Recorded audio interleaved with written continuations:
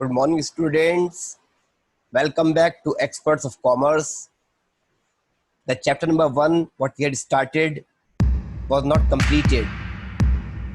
Since it is a lengthy chapter, so the remaining portion is as under. Introduction to Accounting, chapter number 1. The remaining portion starts with advantages of accounting. What are the advantages of accounting? Anyone used to prepare the accounts? There must be some advantages. So the first one is preparation of records. पहली चीज, जब हम record maintain कर रहे हैं, पहला फायदा ये है कि हमें रिकॉर्ड हुई इंफॉर्मेशन मिल जाती है। तो ये फायदा है हमारे लिए, जब हमें जरूरत पड़े हम कभी भी अकाउंट्स के रिकॉर्ड देख सकते हैं, चेक कर सकते हैं, दूसरों को प्रेजेंट कर सकते हैं, दिखा सकते हैं। Second thing, helps in decision making. इसके आधार पे हम किसी प्रकार की कोई भी डिसीजन ले सकते हैं। Third thing is replaces memory. ये हमारी मेमोरी को रिप्लेस करता है। What does it mean? It means that हम बहुत चीजें भूल जाते हैं। हमने कल क्या किया था, परसों क्या किया था, लास्ट मंथ किससे मिले थे, कितने का लेन देन हुआ था, सब भूल जाते हैं। रिकॉर्ड मेंटेन हुए होते हैं तो हमारे मेमोरी को रिप्लेस करता है। Fourthly, provides financial information to the users. जब हमने रिकॉर्ड मेंटेन कर ली है तो ये हमारे यूजर्स को हमारी फाइनेंशियल इंफॉर्मेशन प्रोवाइड करता है। And the last one is assist in intra-firm and inter-firm comparison. It helps in comparative study. Intra-firm अपने ही फर्म के इस साल के रिकॉर्ड को पिछले साल के रिकॉर्ड से कंपेयर कर सकते हैं to make the decisions. Interfirm अपनी फर्म के रिकॉर्ड्स को दूसरी फर्म्स के दूसरे बिजनेसेस के रिकॉर्ड से कंपेयर कर सकते हैं to have better decisions and control over the company. Now after that we have disadvantages. कुछ अकाउंटिंग के नुकसान भी होते हैं। तो पहली चीज, accounting does not disclose 100% exact information. Accounting में 100% रिलायबल इंफॉर्मेशन नहीं होती है। बहुत सारी चीजें ऐसी होती हैं जो हम डिस्क्लोज करते हैं और वो वास्तविक नहीं होती हैं।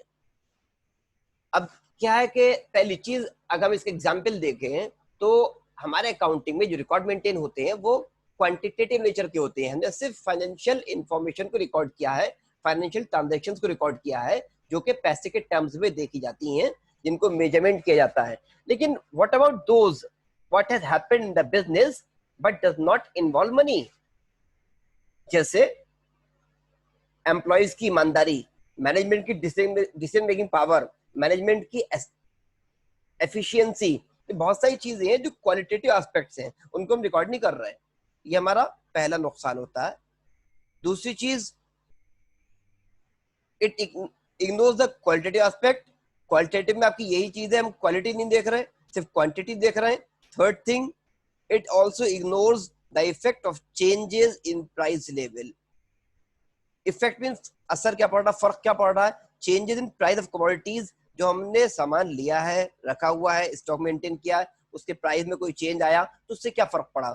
जब हमने कुछ भी परचेज किया था, सपोज रॉ मटेरियल परचेज किया, उसकी कॉस्ट कुछ और थी, एसेट परचेज की कॉस्ट कुछ और थी, 6 महीने गुजर गए, प्राइस लेवल चेंज होता है, उसका बिजनेस पे क्या इफेक्ट पड़ा। Next is sometimes accounting leads to window dressing. कुछ चीजें ऐसी होती हैं जो विंडो ड्रेसिंग कहलाती हैं।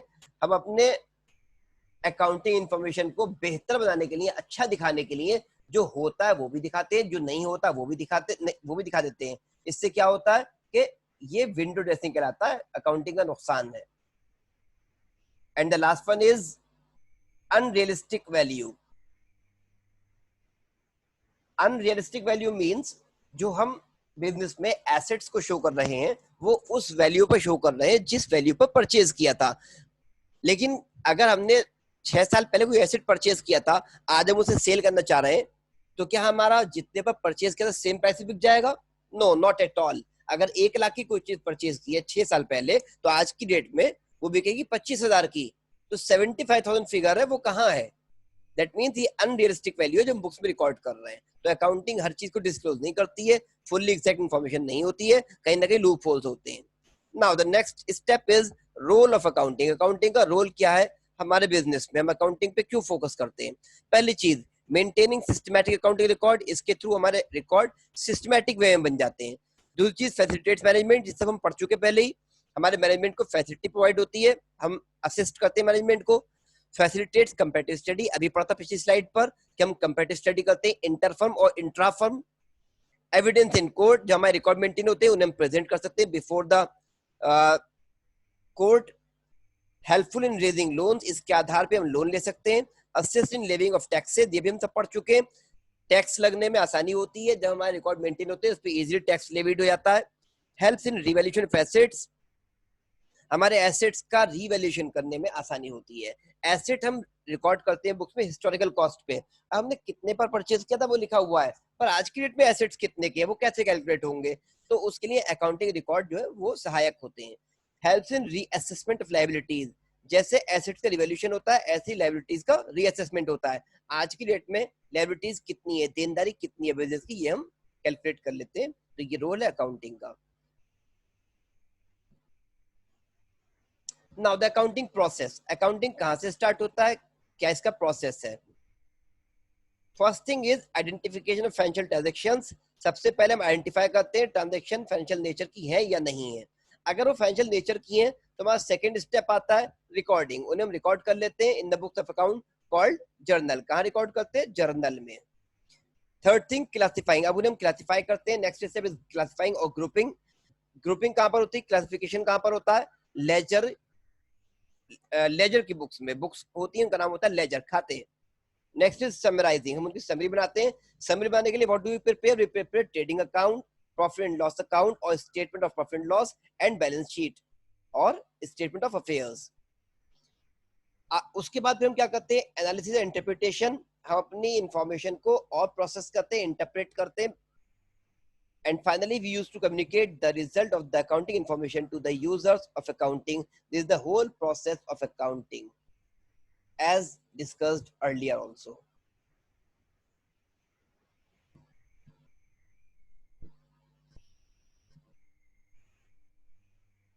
Now, the branches of accounting. Accounting के भी कुछ parts होते हैं, branches होती हैं इसकी. The first one is financial accounting. Financial accounting क्या होती है? जो हम स्टार्टिंग में, हमने अकाउंटिंग स्टार्ट किए, रिकॉर्ड मेंटेन करेंगे, ये जो हम स्टार्टिंग में सीखते हैं ये कहलाती है फाइनेंशियल अकाउंटिंग, क्योंकि हम ट्रांजैक्शंस को चेकआउट कर रहे हैं, आइडेंटिफाई कर रहे हैं फाइनेंशियल नेचर की है या नहीं है। तो जितनी ट्रांजैक्शन फाइनेंशियल नेचर की हैं, यानी बिजनेस के रिकॉर्ड जो फाइनेंशियल नेचर के उन्हें मेंटेन कर रहे हैं, ये हमारा कहलाता है फाइनेंशियल अकाउंटिंग। इसके बाद आता है कॉस्ट अकाउंटिंग। कॉस्ट अकाउंटिंग वहां यूजफुल होता है जहां पर हम अपने बिजनेस में एस्टिमेट्स बनाते हैं, बजट बनाते हैं, कैलकुलेट करते हैं कॉस्ट, किसी चीज को मैन्युफैक्चर करने में कितनी कॉस्ट आएगी। अगर हम 1 यूनिट मैन्युफैक्चर करते तब कितनी कॉस्ट आएगी, 100 यूनिट्स एक साथ मैन्युफैक्चर करते तब कितनी कॉस्ट आएगी। We know very well economies to scale, जितना ज्यादा हम बनाते हैं उतना ही कम कॉस्ट आती है। तो हम 1000 यूनिट का कैलकुलेट करते हैं, 1000 10,000 यूनिट हम बनाएंगे तब कितनी कॉस्ट आएगी, तो ये कहलाती है कॉस्ट अकाउंटिंग। इसके बाद आता है मैनेजमेंट अकाउंटिंग। मैनेजमेंट अकाउंटिंग में एक इंपॉर्टेंट एस्पेक्ट है, यहाँ पर हम प्रबंधन कार्य करते हैं, मैनेज करते हैं अपने अकाउंटिंग को, रिकॉर्ड मेंटेन किए उन्हें मैनेज करते हैं। क्या मैनेज करते हैं कि हम कॉस्ट मैनेज करते हैं, रॉ मटेरियल को वेस्ट होने से बचाते हैं। हम ये चेक करते हैं कि हमें बिजनेस से किस चीज से फायदा है, जिस प्रोडक्ट से मैन्युफैक्चरिंग से फायदा हो रहा है उसको हम कंटिन्यू करते हैं, अदरवाइज हम उसकी मैन्युफैक्चरिंग बंद कर देते हैं। हम ये देखते हैं कौन सा प्रोडक्ट मार्केट से परचेज करने में सस्ता पड़ रहा है, कौन सा प्रोडक्ट हम खुद बना रहे हैं सस्ता पड़ रहा है। तो हम सब डिसीजन लेते हैं वेदर टू मैन्युफैक्चर और to purchase on the open market, whether to continue the production of the particular product और stop the production of particular product. ये सारी डिसीजन होती है हमारी कहां पर? मैनेजमेंट अकाउंटिंग में।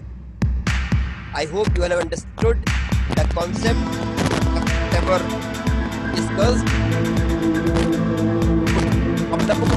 अगर चाहिए तो आप हमें कर सकते हैं एट दिस मेल आईडी या हमें कॉल कर सकते हैं at this phone number to get the solution of all the questions, queries.